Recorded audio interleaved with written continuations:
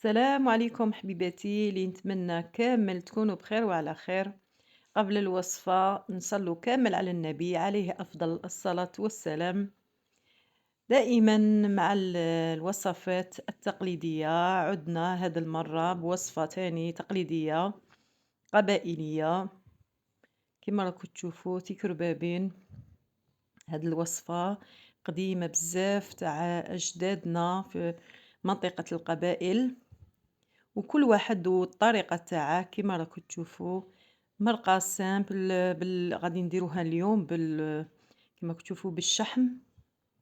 الشحم تاع الغنمي ترفديه هكا كمية على حسب غرفية هكا تاع حريرة. ت نطحنوه هكا بالأشواغ هكا نطحنوه شوية كيما راكم تشوفوا الطريقة أمامكم. ندو هذيك الكيلة هكذا ندو هنايا حبة هكا تاع بصل تكون صغيرة، حبيبات توم هكا تلت فصوص توم نربيوهم تاني هما أيضا هكذا نطحنوهم. نضيفو هذيك الكمية تاع البصل والثوم نديروها في هاد الشحم. وهاد الكيفية كيما راني نقولكم كاين يديرها فقط غير بالزيت، زيت زيتون والزيت نورمال. يديروا كيلة تاني. عندي هنا طماطم هكا 2 حبات طماطم تاني نلحوهم جيدا. ونضيفوا هاد الخليط تاع الطماطم هكا في الخليط اللي درناه تاع الشحم والبصل والثوم والطماطم. ودوك نزيدوا البقية الوصفة أمامكم باش تشوفوا هاد الطبق التقليدي السهل. هنا عندي شوية هريسة أو الحار، غادي نديرو هكا مغرف صغيرة باش تعطينا ديك النكهة البنينة وديك النسمة. وهنا عندي طماطم كونسونطري أو طماطم تاع العلب كيما هكا. ونديرو الملح على حسب الحاجة هكا مغرف، حوالي هكا مغرف صغيرة تاع الملح. ونخلطوا هاد الخليط جيدا، نخلطوا مليح باش يتجانسوا قاع المكونات. وهنا عندي قليل برك من الفلفل الأسود هكا نص مغرف صغيرة فلفل أسود. هنا هاد التوابل اللي نسحقوا في هاد الكيفية عندنا الكركم فلفل أسود، وعندنا راس الحانوت كذلك. وعندي هنايا قبل ما ندير راس الحانوت عندنا هنا ساشي ولا حبة تاع الجامبو تاني يزيد له بنة في هذه الطريقة. وهنايا نديرو 2 حبات بيض هكذا. انا البيض تاعي كان كبير هنايا، نديرو هنايا 2 حبات بيض. البيض يخليه هاد الكيفية تجينا طرية هكا. نخلطو هاد المكونات جيدا، تبعوا الخطوات معايا هكذا باش تنجح معاكم هاد الطريقة البنينة تاع التيكربابين. هنا عندي المعدنوس والقزبر، رشة تاع المعدنوس والقزبر هكذا. وغادي نزيد المعدنوس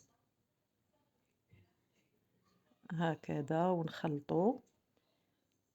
هنا مازال ما درتش هنا الفلفل الأحمر أو العكري. وهنا عاد راني ندير في راس الحانوت هكذا. كيفية راكم تشوفوا بسيطة. نخلطهم مليح باش يتخلطوا مليح هاد المكونات هكذا.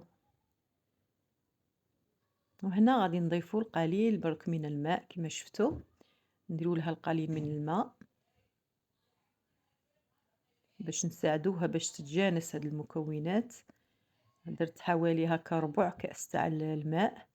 وهنا غادي نجيبو هنا السميد الخشن اللي نديرو به قلب اللوز هكذا. ونقعدو نديرو بالملعقة ونشوفو القوام تاع هاد التيكربابين كيفاش نحبسو. دوك هنا عندما نقدو نديرو هكا كورية دائرية، دوك نشوفوها مع بعض، نحبسو السميد. أنا هنا مازلت راني نضيف السميد، مازال ما تلمّدش معايا العجينة هادي أو هاد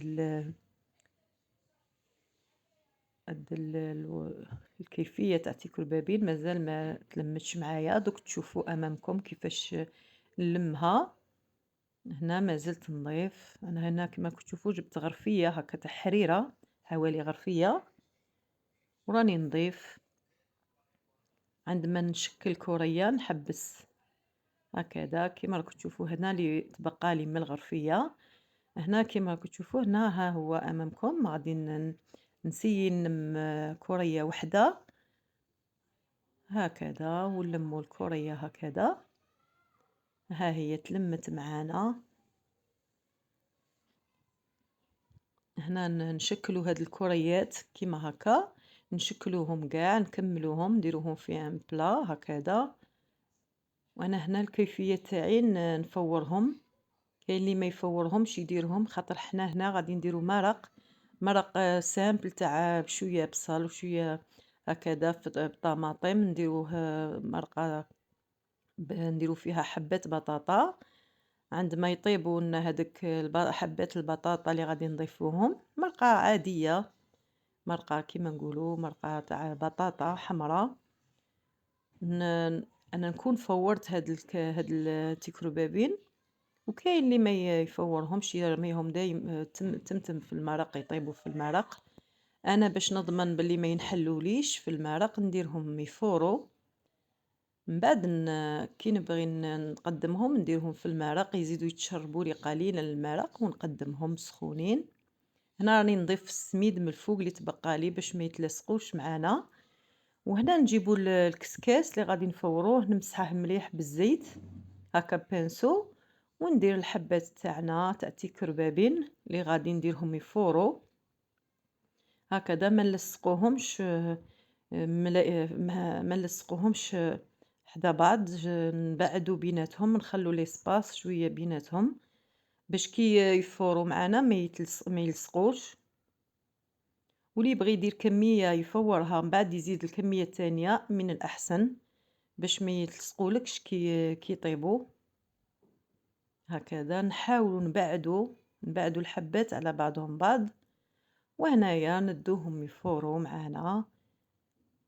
كيفية هذه بسيطة جدا هكذا نديرهم يفوروا. عندما تشوفيهم هنا كيفور معانا التيكربابين يفوروا يطيبوا، نقلعوهم ونروحوا نديروا المرق تاعنا، مرقة بطاطا. هنا درت كمية تاع بصل نديره يتقلى معانا بشوية زيت، مرقة عادية هكذا. بعد ما تقلى لنا البصل نضيف عليه حبة طماطم، حبة تاع طماطم نديرها هكذا. وندير هنايا توابل تاع المرق العادية، شوية فلفل أسود، شوية ملح وطماطم المصبرة هكذا.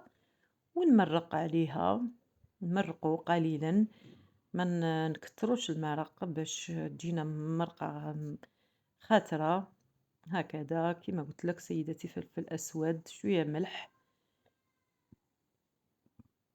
وهنايا بعد ما نضيف المكونات تاعي هكذا، الملح على حسب الملح ما نكتروش، كل واحد والكمية تاع الملح اللي يكون باغيها هكذا. ونديروا هنايا نمرقوا. بعد ما زدت مرقت قليت مليح هاد الطماطم، نقطعوا هكا حبات تاع بطاطا، هكا حبات على حسب أفراد العائلة تاعك.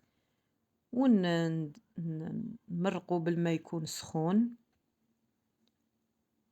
نبلوا عليه على الكوكوط تاعنا باش ديك البطاطا تاعنا طيب مليح وتذوب معانا قليلا هكذا. نروحو نبلو عليها بعد ما طيب البطاطا تاعنا هكذا. هنايا طابت البطاطا تاعي، نروحو نكونو وجدنا تيكربابين الحبات تاوعنا كيما قلت لك أختي العزيزة.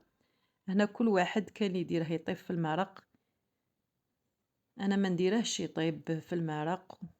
هكذا بعد ما طابوا هنايا راهم طايبين، نزيد لهم هنا غير غلية غير غلية تاع هكا حوالي هكا لو كان 2 دقايق هكا باش يتشربوا داك المرق. وهنايا كل واحد وطريقته كيما قلت لك أختي العزيزة، كاين اللي يدير فيها الخضار، كاين اللي يدير فيها أنا الخضار ما نكترش خاطر أفراد العائلة تاعي ما ياكلوش الخضار، ياكلوا البطاطا فقط. كاين اللي يكتر فيها الخضار. حنا المنطقة تاعنا نديروها هكذا بالشحم والبطاطا، وكل واحد والمنطقة تاعه. هكذا منطقتنا المعتادة اللي ذكرتها لكم منطقة في أقبو. هكذا نديروها بهذه الطريقة تيكربابين، ونتمنى تعجبكم الوصفة تاع اليوم التقليدية والاقتصادية. هكذا بدون لحوم، بدون، فقط بشوية تاع الشحم، وانتي درتي طبق هذا يكون سخون، وتزيدي له الفلفل الحار لكن متوفر عندك، يجي من أحسن ما يكون. وإلى اللقاء في وصفة لاحقة إن شاء الله. دمتم في رعاية الله وحفظه، مع السلامة.